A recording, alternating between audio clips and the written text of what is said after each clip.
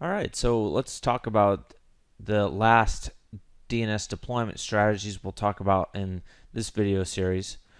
So we've got this section broken out into 4 parts for Objective 103.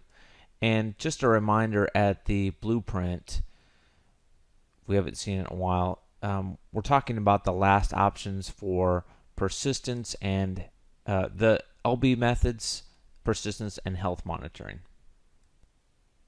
And here again you can see our other list we have. So we'll dive into DNS load balancing algorithms. Okay, so in version 13 there is static load balancing methods and then there's dynamic load balancing methods. So I've highlighted the ones in bold that I've seen most clients use, and really however you would like DNS to load balance, you can most likely find your option in this list. However, if there's an off chance that something you need isn't provided, it could be an opportunity for iRule to achieve your result, and you can get help from the CodeShare community on Dev Central. Okay, so let's start by looking at the static load balancing and run through this list. So drop packet, you can actually use that for an alternate load balancing method if you want to ensure that the DNS, the F5 DNS does not offer a response for a virtual server that is potentially unavailable. The fallback IP is used when you want the F5 DNS to return a disaster recovery site when the preferred and the alternate load balancing method does not return an available virtual server. The global availability, also a common one, you'll see you use that for specific virtual servers that you want to handle most of the requests. None is for the alternate and fallback methods when you want to limit each pool to a single load balancing method. Okay, so say you want the preferred load balancing method. If that fails, then DNS offers the next pool in a load balancing response. Ratio is when you want twice as many connections to go to a fast server and half as many to go to a slow server. Return to DNS is when you want to temporarily remove a pool from service. You can also use return to DNS when you want to limit a pool in a single pool configuration to only 1 or 2 load balancing attempts. Round robin is used to distribute requests equally among all virtual servers in a pool. Static persist is when you want requests from a specific LDNS to resolve to a specific virtual server. Topology is when you want requests from a client in a particular geographic region to go to a data center or a server located in that region. So if the static LB methods don't get what you want, you can use more of a complex load balancing method such as dynamic.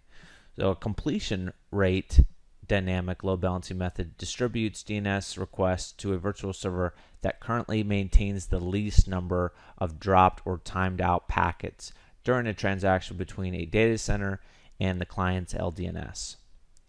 CPU distributes DNS requests to a virtual server that currently has the most CPU processing time available. Hops is used to distribute DNS requests to a virtual server in a data center that has the fewest router hops from the client's LDNS. The F5 DNS uses the traceroute utility to track the number of router hops between a client's LDNS and each data center. Kilobytes per second uses F5 DNS to distribute the DNS request to a virtual server that currently processes the fewest number of kilobytes per second. So you can use this with virtual servers for which F5 DNS can collect the kilobytes per second metric. The least connections you use with LTM servers. So it distributes DNS requests to LTM servers that host the fewest connections. Packet rate distributes DNS requests to the virtual server that is currently processing the fewest number of packets per second. Quality of service is an interesting one. It requires a little more configuration, but that distributes DNS requests to a virtual server based on the score assigned to each virtual server, and you could do this manually or via the GUI. It's calculated from current performance metrics. You could use the QoS when you have configured the F5 DNS to calculate an overall score for each virtual server based on the performance metrics. Round trip time is used to distribute DNS requests to a virtual server with the fastest measured round trip time between a data center and the client's LDNS. The virtual server score you can use with LTM, and that's used to distribute DNS requests to a virtual server on LTM based on a user-defined ranking. You can use the virtual server score only with the LTM systems on which you have assigned scores. The virtual server capacity is used to distribute DNS requests to virtual servers in a list that are weighted by a number of available virtual servers in a pool. You can use this method with LTM systems. The DNS, F5 DNS, can select a virtual server that has the most available up members. So when selecting a virtual server from a wide IP pool and two or more virtual servers result in equal scores, then the F5 DNS will return one of the equal scored virtual servers randomly.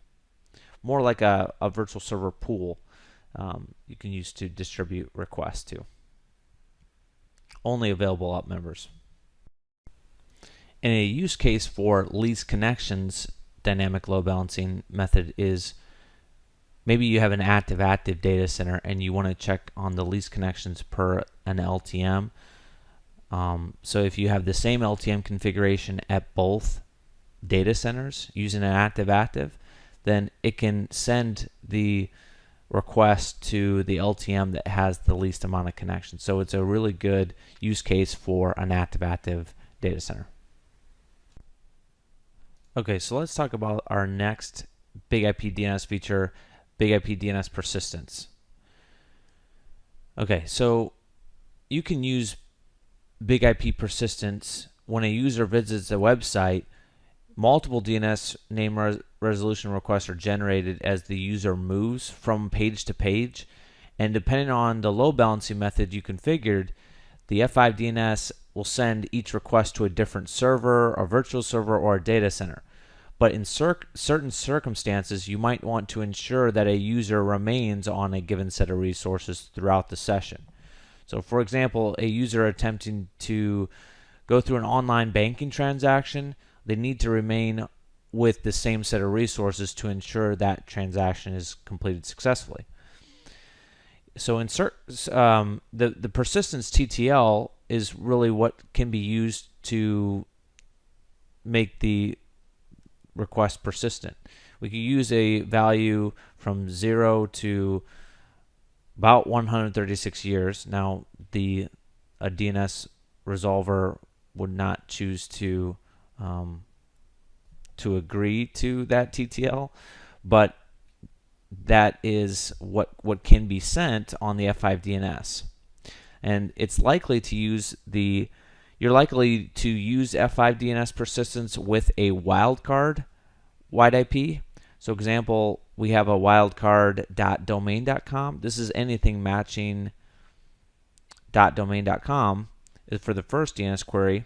So let's say a user comes in with welcome.domain.com, and the second DNS query is for banking.domain.com.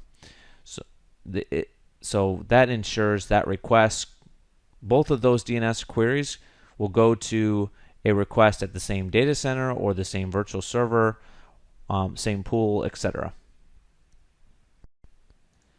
And much like DNS persistence and availability, F5 has a feature called distributed application.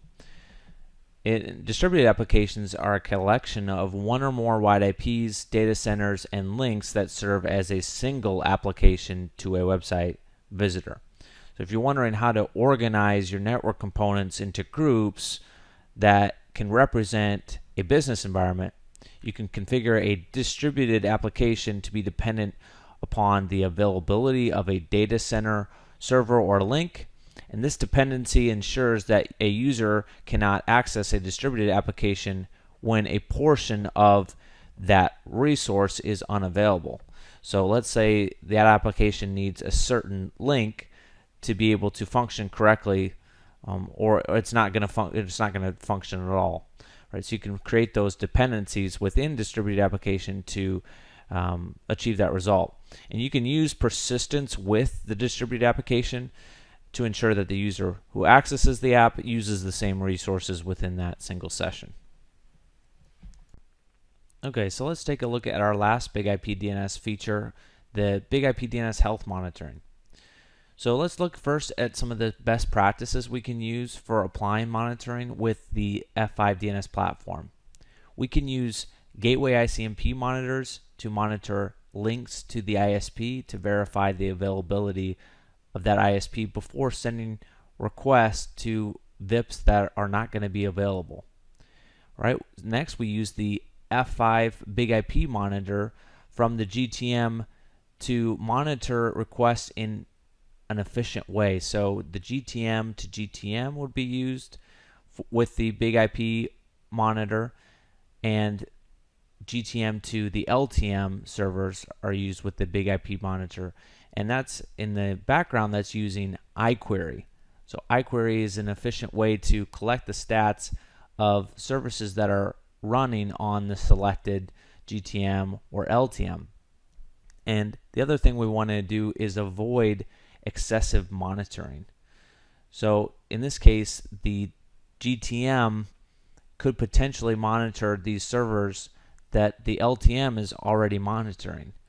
So to avoid doing that, we can just use the GTM to monitor the LTM via one Big IP object referenced in the GTM, and it's able to collect all the stats from all the VIPs and the servers to verify the availability. Because if you do have excessive monitor traffic for both the GTM and the LTM, you could potentially overwhelm the resources that the system is using to monitor and provide the responses back to. All right, and the next is when you configure the F5 DNS extended application verification monitors, make sure the script is installed on all the F5 devices that reside in that same data center as the F5 DNS. So if you're using a very complex monitor called the EAV, make sure from like primary data center that it's installed here on the GTM as well as the LTMs in that same data center. Okay, and some additional best practices around DNS health monitoring are using the same path, and this relates to routing, that the actual client would use to monitor that server. So you're not taking a separate path that could be up that the DNS client or the application client would be able to use. So it's ensuring the same end-to-end path that the DNS box has to reach the server is the same path the client will use. The second is relating to using the same path for synchronization between the DNS client. This all relates to private versus public. So if you're routing to a self IP address from the GTM side at one data center to the other, if you have a private link, sometimes that can be marked as up when the actual link to the internet is unavailable. So F5 recommends to route this over the internet actually to monitor the other GTM. I have set it up where I was using the internal private link, but then you do have to set up proper probe pools and specific application monitors to get that to work correctly. It can be done, but F5 stance is to just monitor the traffic in the way that the client would normally come in on. The other advantage or best practice you can use for DNS monitoring is having the GTM and the AFM on the same box. So normally there's a firewall in between the GTM and the LTM. If the firewall is moved to the GTM module, then you don't have to configure additional alias addresses. So when you're trying to map public addresses of the LTM VIPs to private, you don't have to mess with that if the GTM and AFM are acting together. And so you could basically use the private address in that case for all the LTM VIPs, making the configuration a lot easier to manage.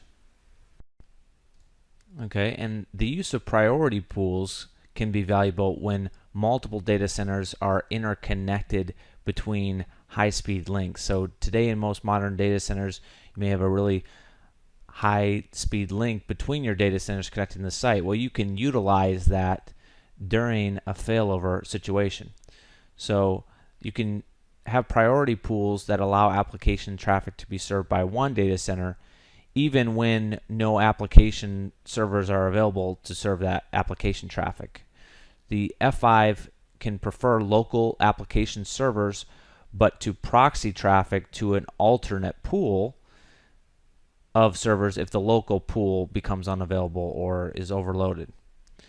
So this can be extremely useful when an application itself is not honoring the short DNS TTL values that the F5 DNS sets for a managed wide IP. It's also useful for situations in which a temporary failure of an application stack, such as like during an upgrade, does not warrant a full data center failover. So obviously the supporting infrastructure components like the database and the servers need to be accessible to the application servers at the alternate site. Now, the traffic between the two data centers can take any routable path, but F5 recommends as best practice to deploy the AAM or the Application Acceleration Manager to manage that inter-site traffic, along with any required storage or data replication. So there's many use cases for database replication, such as Oracle, via IAPS that can do this deployment, make that deployment easier for you. But AAM can significantly accelerate traffic and also encrypt and tunnel it if that would be required going across that intra-site link, or excuse me, inter-site link. Okay, so let's run through some specific DNS health monitoring we can use, and this is on top of what you can also get using iQuery. So this is a simple gateway ICMP monitor used to check a virtual server. It sends a ICMP echo, and if it receives a response to that ICMP echo datagram, it will mark the check as successful. And this is called an address check monitor. Next use case is using an application check monitor. The DNS can open a TCP connection to an IP port and log into that server, and a specified directory can be located and a specific file can be requested. So say you have an FTP server that you want to check for the content of a file in var temp directory, and if the file is retrieved, that check is successful and marks that application check monitor as up. Next, we have a content check monitor, and that you can use to determine whether a service is available and if it's responding or serving the appropriate content. So here we have an HTTP monitor. The DNS opens a TCP connection to an IP address and port. The server sends a response, and the DNS compares that response to the receive rule for the HTTP connection. A path check monitor determines whether traffic can flow through a device to an endpoint. A path check monitor is successful when network paths through firewalls or routers are available. So you may need to create a specific firewall rule to allow this traffic, but it's able to verify the end-to-end reachability from a service. So typically it's used on the edge where we're verifying a path check to through ISP connections. A performance check monitor actually interacts with a link or server to acquire information about the load and the condition of the virtual servers on that specific server, in this case the LTM big IP. So on the DNS system, you can assign the big IP monitor to gather data from the gateway pool about a flow of the outbound traffic passing through the links. And last but not least, we have the big IP simple connection monitor. So that's used for a specific TCP port to an application to open a connection to an IP address and port. And if that TCP connection is established, then the test is successful. Whew, we finally made it through the F5 big IP DNS features. So in this video, we went over DNS load balancing algorithms for F5, the persistence methods, and some DNS health monitoring. So next up, we're going to talk about big IP DNS performance requirements and move on to Objective 104.